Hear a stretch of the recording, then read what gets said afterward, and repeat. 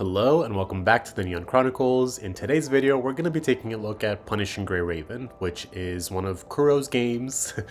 They are the same creators as Wuthering Waves, who is getting a lot of hype right now because of the closed beta. And of course, to me, I just got excited and had to scratch the itch, so I jumped into Punishing Grey Raven instead. It's a really fun game. It is a mobile game, so hard to play it on consoles, but if you are trying to play it on a console, or at least get the console experience, you could do it with your iPad and a controller. It could be a PlayStation 5 controller, it could be an Xbox controller. I think they have those like generic controllers that you could connect here. And I'm gonna pop this stuff on the screen so that you see what I'm seeing. But I'm going to be looking to the side because you still have to use a controller and your finger to tap around and interact with the menus. So it's not full support with the analog sticks, but it's the best that we can do for now. So let me pop it up on the screen and you'll see me tapping around. For this video, I'm going to cover 10 hot takes, 10 polarizing topics, 10 gut reactions and first impressions that I had playing the game for a week now. And as you can see here, I am still completing these like day 7 missions, or up to day 7. I have not done all of it, so I am brand new, very fresh to the game. If you have tips, please drop them in the comments if I'm doing stuff wrong. If any of my hot takes are actually just dumb because there's fixes for what I'm saying, or I just don't know what I'm talking about, please do let me know. The whole goal of me putting this out there is so that I can learn from you all, and so that other people can also learn from me and my mistakes getting into the game. So let's dive right in. The first thing that I thought was really cool is, of course, the members. I'm a creative director, so checking out the character designs is always first priority for me. And I mean, even just going down this line, like these are my faves right now. They just remind me of characters of the past that I've played in other games. I also really enjoy that, like the same character here, Lucia, or Lucia, still getting the hang of their names. She has 2 forms. Well, she has more forms than that, actually. And that I think is something that some people don't like about this game. It's like, I don't want to have to unlock the same character multiple times, but they are automatons and they have different abilities and obviously different aesthetics. And I love that it's one personality, right, carried through. So you can build that attachment with the character, but then you get a cool new version of them that has new combat. And this is the latest Lucia that is the one that's bringing everybody into the game. You might have heard the name Alpha. That's what people also call her. Crimson Weave is her version right now. And the nice thing about these two is that they have coatings, both for the weapon and for the character itself. These coatings here you unlock as you progress through the levels, which I also think is awesome because it incentivizes that progression if you're an aesthetic player like me. I love design. But you also have these that are purchasable. They will probably cost you about $35 if you combine the weapon and the skin. This one for me was especially worth it because it's a collab with the Meow people in China to express the craft and beauty of the jewels and the textiles for their cultural practices. So really cool. Even when she does like the with her sword in combat is inspired by some of their dance. So I might do a different video where I get to do comparisons between those things, because if you've watched some of the other stuff on the channel, then you know we love to do that here. So that is coatings. Love that there's different forms. Reminds me of like Mewtwo from Pokemon when he got more versions of Mewtwo. And it also reminds me of Mega Man, which was one of my favorite shows back when I was a kid, and when they used to have like different attachments and different add-ons that would still be the same character, but then have different versions of that character. Or even like Digimon, right, where they would evolve but still have same references. And then you get to interact with them too, which is the main menu, right? You get to set them as your assistants, the ones that are your faves. You can chat with them by clicking on them. You can shuffle them if you want to just choose a random new one. And if you interact, you have stuff about them with like their story that you unlock over time. You can pose for pics, hear their dialogue, and you can give them gifts. So it's pretty cool. I love when games have those small like character attachment mechanics. Yeah, I'm just personally into that stuff, I guess. One thing that of course you're gonna need though if you want to get coatings is currencies. And this is where things start to get a little bit complicated. For this game, it's actually pretty generous. They give you a lot of rewards where you're going to be able to get quite a few characters, especially with intro rewards that you have some S rank picks. You have a bunch of like A rank picks that you can choose which characters you want to unlock. You'll eventually end up with a bunch of copies of these characters anyways because they're the starter ones. So I definitely recommend saving any currency you have. Try to save it and use it for the current banner, which it'll be an R&D. And you have different choices of banners that you can shuffle here. You can choose which character you want to pull for, which I think that's such a nice feature. Like being able to select as a new player who I want to prioritize when I get that pity is great. You still have to win your 50-50, I think, so be mindful of that. But I was able to get Crimson Weave on this banner. I do not recommend the gold banner. The gold banner is going to be a higher drop chance for the character, but your pity, if you look down here, it's going to be between 80 and 100. So you could technically go up to 100 pulls and not get the character. So I don't like the odds of that. I felt much safer going for the one that's 60. And you can see here I went up to pity, did not get her. I think I got Chrome, if I'm remembering correctly. I'm still trying to figure out the names, but then I got her at 24, I think, which was awesome. And the way that you pull on these is essentially you'll have to exchange your black cards into the vouchers or like the construct tickets, and then you could either pull one at a time, or if you have enough you can do a 10 pull. The odds are the same, doesn't matter, so you can choose either one. I would not stress about that. Same thing with the weapon stuff. Down here, yeah, don't forget to like check which banner you're pulling on and which weapon you have selected. Also, if you're ever wondering what you might get if you lose your pity, or if you don't get the weapon that you wanted, the other drop chances are here, or drop details. If you look at that, one has a lot less other drops, whereas this one has a bunch of drop, like any of these could drop here. But don't forget, you could also just pull on the other banner and then like select the one that you actually want to do with the drop. So lots of ways for a new player to do these wishes. I think if you know which weapon you want to go for, try to just select it and go for it. If you're not really sure but you still want to pull, maybe do this one, because then you'll have more chances of getting a bunch of random ones. You're only going to unlock these other ones here once you get to level 52, I think. And same thing here, you'll be able to change out which characters you want to pull. Something that I don't understand is why these have a pity of 10. Like, you're guaranteed one every 10 pulls. That felt odd to me. It's like too easy, too good to be true. So let me know in the comments if there's a catch, because it feels like there's a catch. And then Cub is something that I haven't unlocked yet, so I won't be able to cover. But that's the guide to pulling. For rewards, like I said, you need as many black cards as you want. If you do want to spend, you can get rainbow cards and then convert them. And if you want to get bundles and packs, I would only really recommend pack A here, bundle A. I did test out, if you get 2 of them, they don't stack. It's just like once one ends, the next one is going to begin right away. So don't do that unless you feel like it. But I figured I'd test it out for you guys. I don't necessarily recommend any of the other ones unless you really want like weapon ascension materials and other things to raise your stats on the daily where you don't have to do the grind. I'm excited to play the game to get the materials, so I'm not going to get a lot of the other packs. To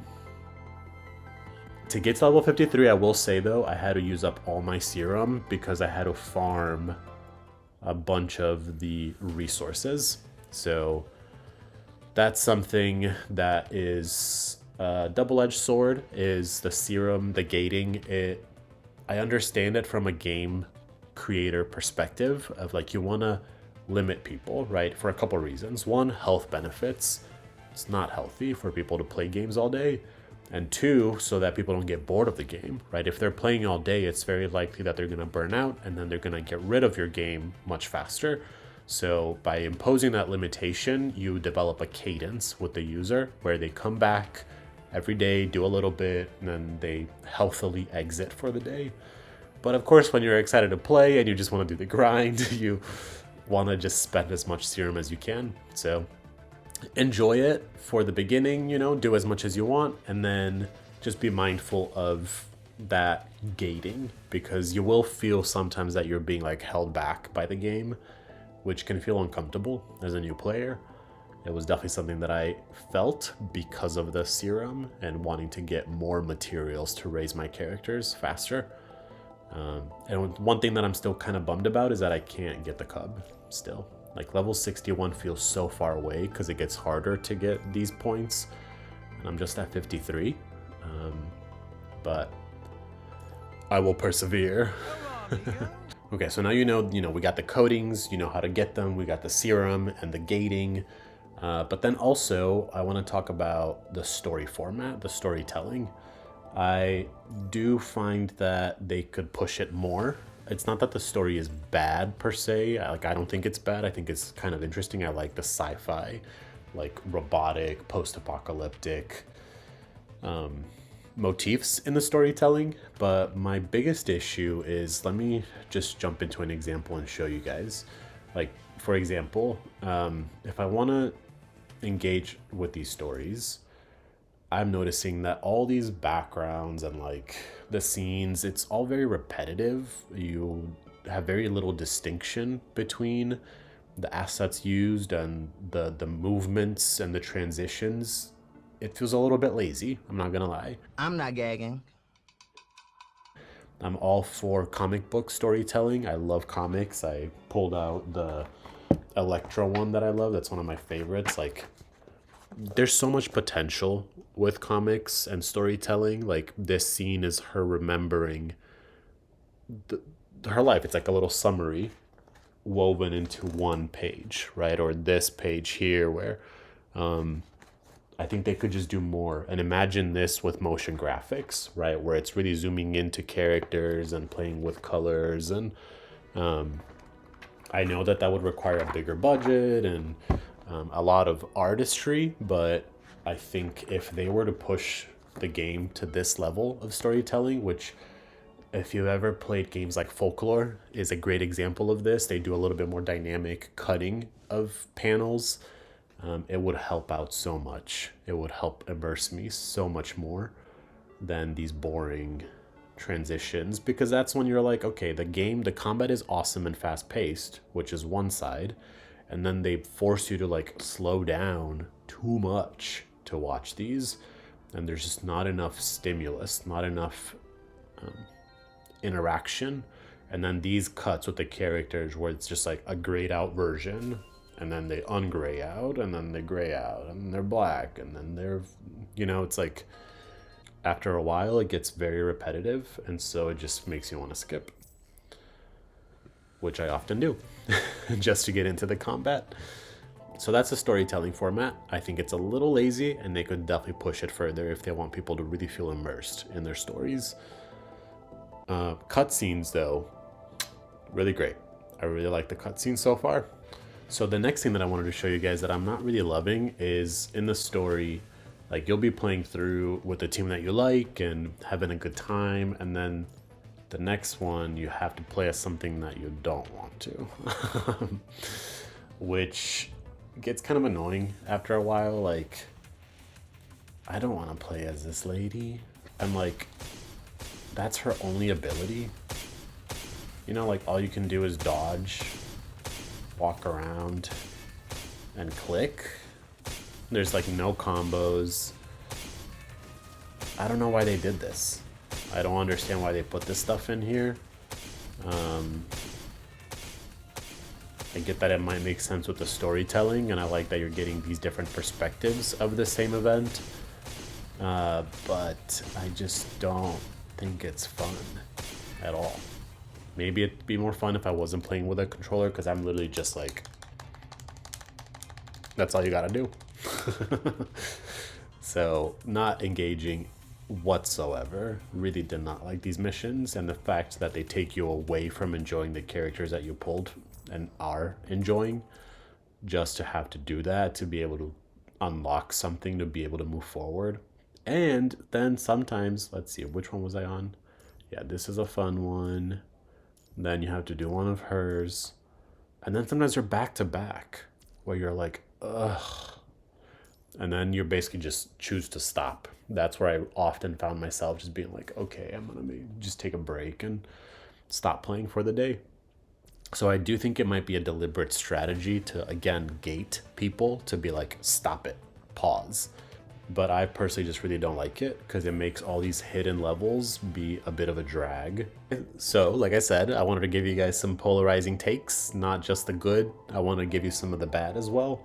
But I do want to shift back into some of the good, which is the music. Gorgeous, right? Beautiful sound designs. It's really cool that in here in the menu, you can also choose the different tracks that you want. These are going to be, you know, related to the characters and their theme songs, but also different events I think that might have happened in the past. And there's a ton of different genres and vibes to choose from here. So I definitely recommend spending some time there, picking your favorites, maybe switching it out based on your mood. I thought that was a really nice addition. And even when you get into other menus, like this event one right now, it really immerses you with the music. And even if you go into any of the battle, like the sound design of the characters and the way the swords move. And let me show you one of my favorite weapons, because it has a really cool little sound detail. This one. See how like the metallic sounds are really sharp? And there's nice little attention to detail for the little, like that that happened with the 4 little marks. Let's see if I can do it again. I mean, I'm sure you all heard it, but that's pretty cool, right? Or like the flute here. Little sound design moments like that I think are just so well done. And all of them have that. They just have, I think, a really nice library of those metallic sounds. So sound design is great for the music, and the overall production of the slashes, the weapons, the voice acting is great too. Like, let me let her talk a little bit. The secret of the Ascension Network? Don't pay it too much mind. You won't find the I like that they have personality, and you get to know the personality a little bit. You can shuffle through your assistants, like I said before, and change out the dialogue. I've traveled on this road. And I like that they all have very different personalities. If only we had met sooner. He's probably one of my favorites. I like his voice lines a lot. They make me happy. Have you eaten? You'd better. There's nothing to eat here if you get the munchies later. He reminds me of Sokka from Avatar: The Last Airbender, and has that like yellow optimism that is very present in his character design and the hair and everything. I'm really excited to see what they do with it for Wuthering Waves, because this game might just be scratching the surface of their potential. Imagine these sounds applied to an open world landscape where you get the soundscapes and the landscape. I'm really excited for that. The next thing that I want to talk about are the online features, which honestly, I don't even know how to get to them. Like, I wouldn't even know where to click here. I know that there's a chat that I don't think anybody ever checks. I don't even have a bureau or a squad because I can't get into one. Can't seem to find one. I've quick applied to a bunch. Yeah, I don't really understand how those features work. So I'm gonna skip over it, but just know that they are there. I just have no idea how to play with them. So if you really enjoy online features and you actually play with them quite frequently in PGR, let me know how you do it, because I have no clue. The next thing is overclocking, which I honestly don't understand. I just don't get it. So let me go for, they do overclocking for both memories and weapons. Like for example, I don't know which one would be worth showing you guys. This is something that I'm still getting the hang of, is like leveling this stuff up. Like I can overclock something, but then when I do overclock it, it's gonna increase my level and stats. Okay, so now it's 40, but now it's 1 out of 40. I have to level it back up from 1 to 40 again? Does that mean that I'm like, that my stats are garbage unless I can also overclock and level up? Like right now I can't level it up at all. So now I'm stuck where before I had a memory that was at, what was it before? 25, 35? Now it's back to level 1, which is quite the bummer. And I know that it's rank 3, but let me know how that impacts my stats. I didn't go to school for math. Because I don't think it's giving me any negative impacts, but I don't like that from like a cognitive perspective, where I'm like, wait a second, did I just downgrade my memory? Why do they do that? Is it because it's resetting stats when you're upgrading? Let me know. Drop your thoughts in the comments. And same thing for weapons, right? Where if you train it and you get to the point where you are overclocking it, I actually maxed this one out already, but I had to keep doing that, right? Like every time I overclocked it, I had to level it back up to from 1 to the max level. And then one thing that I don't really understand still is the resonance stuff. Like if I bind it, is it forever? And is it good to consume another really high level weapon? I'm too hesitant to do that. So let me know if you have done that in the past. I think I'd rather just keep the weapon, the other weapon, because I like collecting these things, even if I'm not using it. But I'm not too sure. And I saw that there's resonance for that, and there's also some resonance stuff for these, where you could do up to 2. But I don't really know how any of that works yet. So it's a little confusing and a little bit intimidating. That's something that I will definitely say as a new player. And then that, of course, is going to impact your combat. Okay, so for this next section, I want to show you all the combat and talk a little bit about it, because there's a lot more nuance and depth to it that I'm only starting to realize now. So it's adding a lot more enjoyment to the game. Let's get into one of the event modes here with Lilith. I'm trying to get 3 stars here, but I'm really struggling. And please, disclaimer, this is gonna be quite bad because, like I said, I just started. I'm a week fresh, not even a full week, and I'm learning how to do stuff still. But let me unload the team, because one of the things that I just realized is that the placement matters and the colors matter. So these colors are gonna be matching with the orbs that you trigger, and so you want to place teams or people on slots that are gonna be triggered by the right orbs. Hard to describe, so I'm gonna jump in to show you what I mean. For example, Selena, I'm gonna add on the blue. I'm gonna add Crimson Weave on the red, and I'm gonna add Kamui on the yellow. And so what this means is that, for example, Crimson Weave is a character that on her short sword mode, which what she just flipped in the air, she is gonna get a lot of blue orbs. And when she does a 3-ping of a blue orb, she's gonna trigger Selena's follow-up skill. Whereas when she's in her longsword mode, she will have the ability to do yellow pings, which would then trigger Kamui, which is exactly what I want. And I actually might switch it, because I know she has more red pings than yellow ones.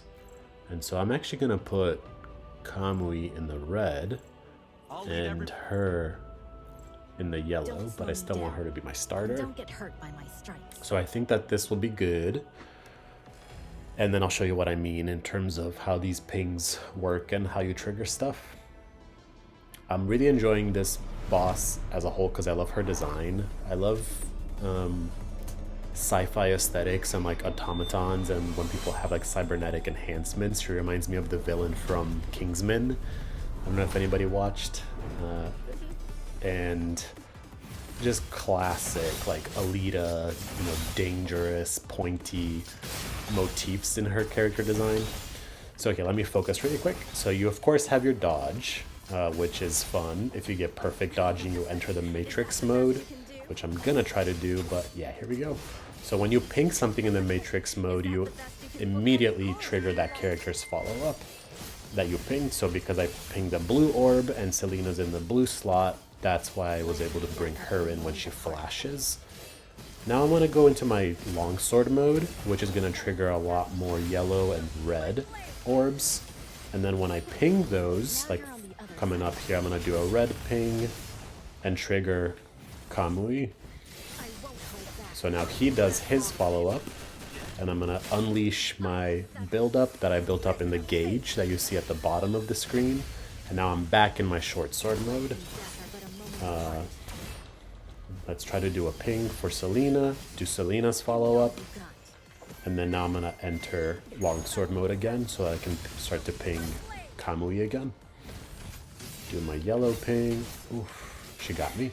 Drama, chaos, confusion, and madness. See, so I'm 100% still learning and not very good at all, but I'm having a lot of fun, and I absolutely recommend the game because the more you do it, the more you'll get the hang of it, and the more you'll understand the different characters, their abilities, their passive abilities. Like, for example, her burst is really beautiful, and you get to like turn into pogo stick mode, go back and forth. If you like Hu Tao's gameplay in Genshin Impact, it will seem a little familiar to that. And let's try to, let's see if we can get one more yellow orb. Nice. Ping in Crimson. Activate. And they will have a cooldown for the pinging, so like I couldn't ping Selena in again, so she wasn't flashing. And this ability you want to unleash after you have built up your gauge a little bit. That way you do some pretty big damage.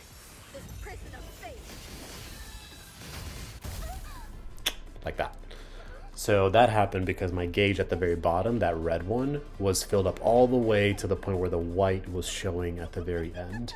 So when I unleash it, it deals a ton of damage. And the way you build up that gauge for Crimson Weave is by doing that hold dodge ability that makes her like flash forward, which is really fun and super helpful. Oh, I died. Okay, work. But you can see why I'm struggling to beat this mode. If you have any tips for starting players who are still struggling to, you know, keep up with the fast pace of all this, let me know. How did you guys practice? What helped you get to the point where you can like almost intuitively play the game, right? Like with a lot of muscle memory, because I'm excited to get to that point, but I'm also taking my time so I get to enjoy it and get to know these characters more organically rather than looking up a bunch of guides.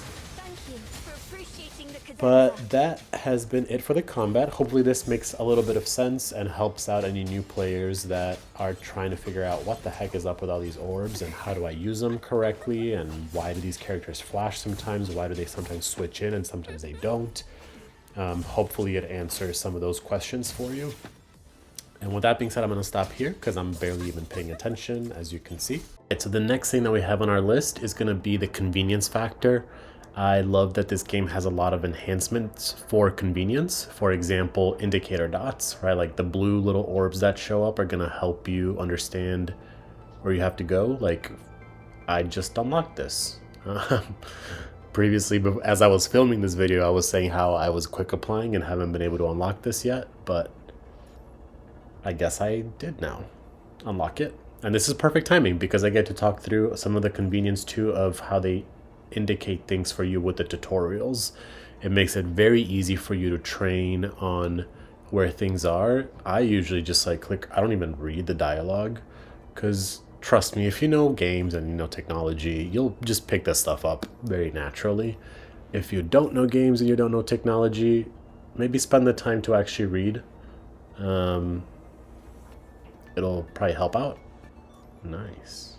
Definitely want to claim that later. So yeah, I'll be coming back here, but for now, I'm gonna leave the bureau alone. And it's nice that if you just go back, it'll remind you because the indicator dot won't go away. That's one thing that's super convenient. I also think down here in the settings with this, the calendar of events is really helpful to see what's upcoming, how you can interact, and it just points the way to things so well. If I'm in my characters here, let's say that I want to advance this, but maybe I have run out of resources to do it. Shoot, for this one I haven't. Yeah, this is a perfect example. So it's in the red right now, which means I can just click it, do plus. It's gonna then show you where you can unlock that stuff. And you can just advance and then go straight into it. So this would be the stage that you have to go through if you want to unlock those materials. So super great convenience factors. And then to take it one step further, you can auto clear stuff. So let's say that you don't have the time, you can just max out the amount of times that you want to clear it. Let's just do one for now. And then it'll pretend that you went through the battle and give you the rewards that you would have gotten if you did go through the battle. So if you're pressed for time, go ahead and do it. If you also want to level up fast, you could auto clear stuff and just gain a bunch of experience points this way. But of course, it's going to take some of that enjoyment away. I would suggest just doing the levels because it can be pretty fun. I think that's more for long-time players, people that have been playing the game for a long time, and sometimes you just gotta, you know, get your dailies out. I like games that honor your time. And then of course we also have in the stories themselves, like if I were to step into, let's go into the same Watanabe side mission that we looked at before. I could play this. I can autoplay it if I don't want to have to like click the screen and just watch. You can, I believe, adjust the speed, like 32 times speed, so that it goes a little bit faster. And of course, what I end up doing a lot of is just skipping the story. Because, well, you saw the previous section on the story. But I appreciate that it at least honors my time and gives me that convenience factor. And the last thing was honestly a bummer. I was so bummed by this because dorm is locked when you first start. And then I was like, oh, cool, we're gonna get like, what I was picturing was Serenita, the Serenity pot for Genshin Impact, where you get to decorate and it's like a The Sims mode. But I was also picturing like a mode where you get to walk around with your characters that you've unlocked and decorate their rooms, their dorms, obviously. And turns out that is not very much the case, because if you click on dorm, you will see that it's little chibis, which, nothing against the chibis, I just don't, I think this was a disappointment based compared to what I had in my mind. You know, I thought that I would get to decorate the space, which I think the objects and stuff are still really cool, but oh, nice. I thought I would get to decorate the space and then like play in first person with my characters, and maybe like chat and interact with the others, but it's more of a utility mode, I think. You can pat them. Reminds me of like Nintendo dogs, basically, because of the chibi, but not too interested in this mode. I end up just clicking around, and this is like you essentially accept these missions by dispatching the characters. I just like, you can end up, if you log into the game at least twice a day, like once in the morning and once in the afternoon, you'll be able to do this, like all 6 of these cards. So I just did these 3. Now I just have to wait around a little bit, log back on later on, and I can do the other 3 before I'm done for the day. So you can maximize the dorm, so far what I've unlocked, that way. And I do hope that eventually there's a feature where you actually get to walk around in your dorm, but let me know in the comments. I fear I will be disappointed there, because I don't think that is coming anytime soon. So that's the dorm for us. I do like that there's quite a few decorations. You know, there's a lot that they are doing with this stuff. It's very easy to interact with and add stuff, but again, I just don't really love the art style, and it's not as immersive as I would have liked it. It is kind of cute. I don't know, I guess it's something that will probably grow on me if I interact with it more. Let me know if that was the case for you. But for now, meh. So those are my slightly convoluted first impressions and initial reactions of the game. Let me know what you think in the comments, if you agree or disagree with any of this stuff. And if you haven't seen our other videos on the channel, be sure to check those out. We are doing a couple of brackets at the moment where you get to vote for your favorite characters. So we got the Waifu Championships going on and Wuwa Wars for Just Wuthering Waves. And I would love to get more participants before we release the first episode results. If you enjoyed the video, please do leave a like, maybe share it with a friend that you think might enjoy it too. And if you want to stick around, we would love to have you on the channel. But thanks for joining today, and we will see you again next time.